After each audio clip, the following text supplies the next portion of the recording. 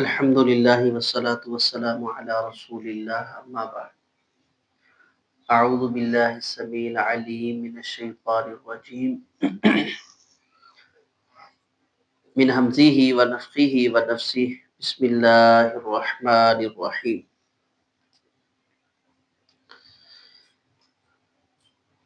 اللہ تبارک و تعالی نے اہل ایمان پر دن اور رات میں 5 نمازوں کو فرض کیا ہے، اور نبی کریم صلی اللہ علیہ وسلم نے ان نمازوں کو اپنی آنکھوں کی ٹھنڈک، دل کا سکون، راحت کا سبب قرار دیا ہے۔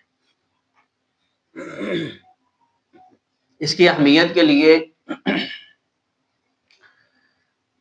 نبی کریم صلی اللہ علیہ وسلم کا بار بار معراج کی رات چکر لگانا اور نمازوں میں تخفیف کا مطالبہ کرنا فقط اس بنیاد پر تھا کہ موسیٰ علیہ السلام بار بار یہ فرما رہے تھے کہ آپ کی امت یہ پڑھنے کی طاقت نہیں رکھے، تو آپ کے جانے کا مقصد فقط یہ تھا کہ میری امت نمازی بن جائے۔ تو نبی کریم صلی اللہ علیہ وسلم کے یہ چکر لگانا، اللہ تبارک و تعالی سے تخفیف کا مطالبہ کرنا، یہ ہمارے لیے لمحہ فکریہ ہے کہ ہم اس نماز کو کتنی اہمیت دیتے ہیں۔ شیخ البانی علیہ رحمہ نے سلسلہ صحیحہ میں اس روایت کو نقل کیا ہے۔ عبداللہ بن مسعود رضی اللہ تعالی عنہ اس روایت کے راوی۔ نبی کریم صلی اللہ علیہ وسلم کا ارشاد گرامی ہے، آپ نے فرمایا ایک شخص کو قبر میں دفن کیا گیا، اللہ تبارک و تعالی نے حکم دیا کہ اس بندے کو اس کے گناہوں کے سبب 100 کوڑے مارے جائیں گے قبر کے اندر۔ اس نے جب یہ پیغام سنا تو جزا فضا اللہ کے سامنے گر گڑانا شروع کر دیا۔ اللہ تبارک و تعالی نے اس کے عذاب میں تخفیف کی، آہستہ آہستہ اس کے کوڑوں کو میرے رب نے معاف کر دیا، 10 کم کر دیے جائیں، اور 10 اور 10 اور 10، حتیٰ کہ صرف ایک کوڑا باقی رہ گیا۔ اب یہ کوڑا اس کو لگا دیا گیا،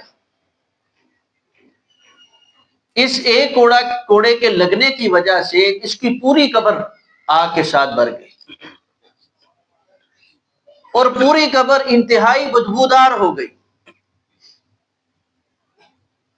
جب اس عذاب کی وحشت اور اس کی گھبراہٹ کچھ کم ہوئی تو اس صاحب قبر نے فرشتوں سے سوال کیا، آخر کیا وجہ ہے کہ میرے رب نے میرے اور اتنے گناہوں کو معاف کر دیا کہ میں 100 کوڑوں کا حقدار تھا، 99 مجھے معاف کر دیے، یہ ایک کوڑا کس سبب سے مجھے لگایا گیا ہے، اس کی کیا وجہ ہے؟ تو نبی علیہ السلام نے فرمایا، اس کو بتایا گیا کہ یہ ایک کوڑا جس کے ساتھ تیری قبر آگ سے بھر گئی، جس کے سبب یہ تیری قبر بدبو سے بھر گئی، یہ تجھے اذیت اور تکلیف جس کے سبب دی گئی ہے، اس کوڑا لگنے کا سبب اور اس کی وجہ یہ ہے کہ تو نے اپنی زندگی میں ایک نماز بغیر وضو کے پڑھی تھی۔ ایک تو سردی کا موسم ہے، یہ ہمارے لیے لمحہ فکریہ ہے کہ اس مسئلہ میں کوتاہی نہیں ہونی چاہیے کہ ہم کہتے ہیں جی پانی ٹھنڈا ہے۔ آپ کو علم ہے کہ نبی علیہ السلام نے فرمایا